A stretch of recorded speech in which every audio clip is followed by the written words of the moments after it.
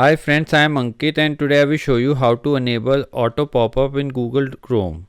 Friends, due to any reason if you want to enable auto pop-up in Chrome browser, then you simply need to open your Chrome browser, and in your Chrome browser you need to click on the three dots, and here you need to click on settings.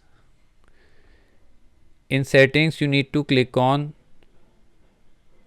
privacy and security, and here you need to select on site settings.